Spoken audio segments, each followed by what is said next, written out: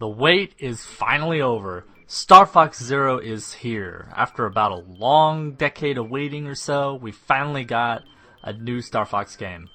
Now, if you know about the series, basically, it's for the most part, it started as a rail shooter, kind of flying R-wings in space over planets.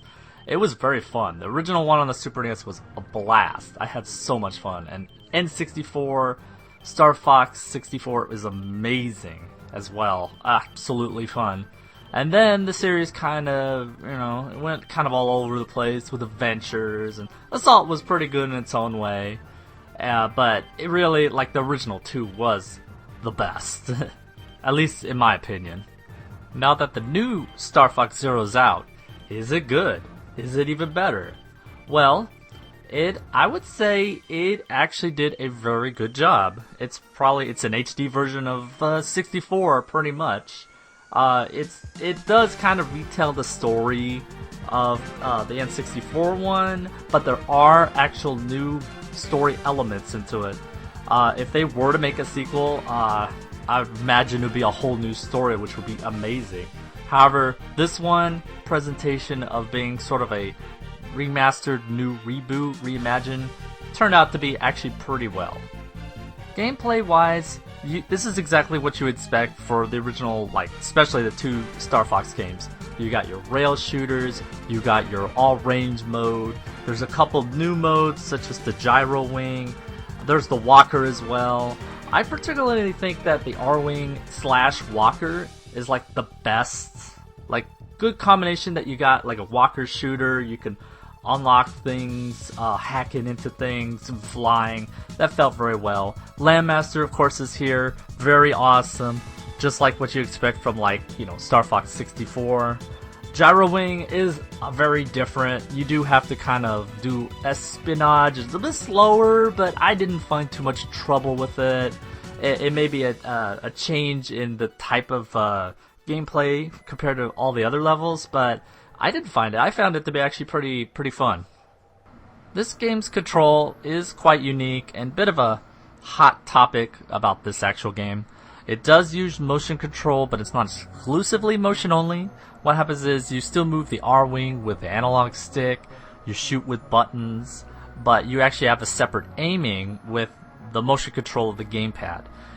Couple all this with a cockpit view from the gamepad, you actually get, once it all clicks, once you get into it and give it a little bit of time, because it might take a little bit to get into it, but once it all goes in, it actually becomes a valuable asset. You could really do some shooting and killing and stuff. It's really good, but it takes a little bit of getting used to. I don't think it's that bad. Once I played more and more into it, I got more into the control, and it turned out to be quite fun and innovating. Graphically, I think this game looks really good. Lots of vibrant colors, it runs very smoothly, I didn't see any frame rate drops or anything like that. You can see everything rather clearly.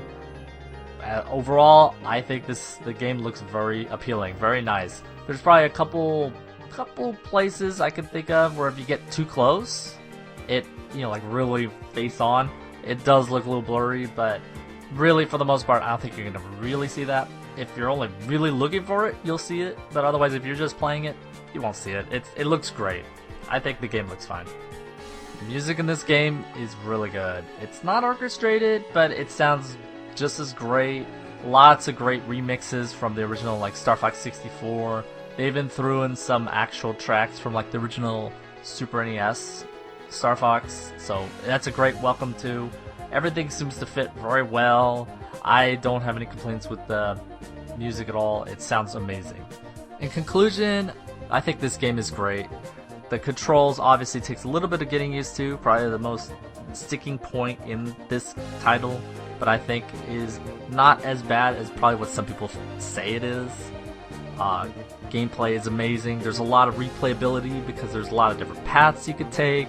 There's medals you can get in all the levels to collect, high scores. There's a good amount of stuff to come back even after you're done. The only people I would think of that wouldn't like this kind of game at all are people that just don't like the series, or people that just don't like motion control whatsoever. Otherwise, I'd say give this game a try. It's a lot of fun.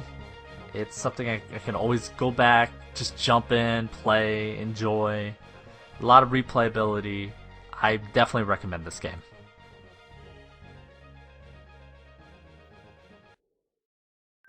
Make sure to check out Overclock Remix for all your favorite remixes of music from your favorite video games. Check them out at ocremix.org. Don't forget to like the video and subscribe for more video game related content.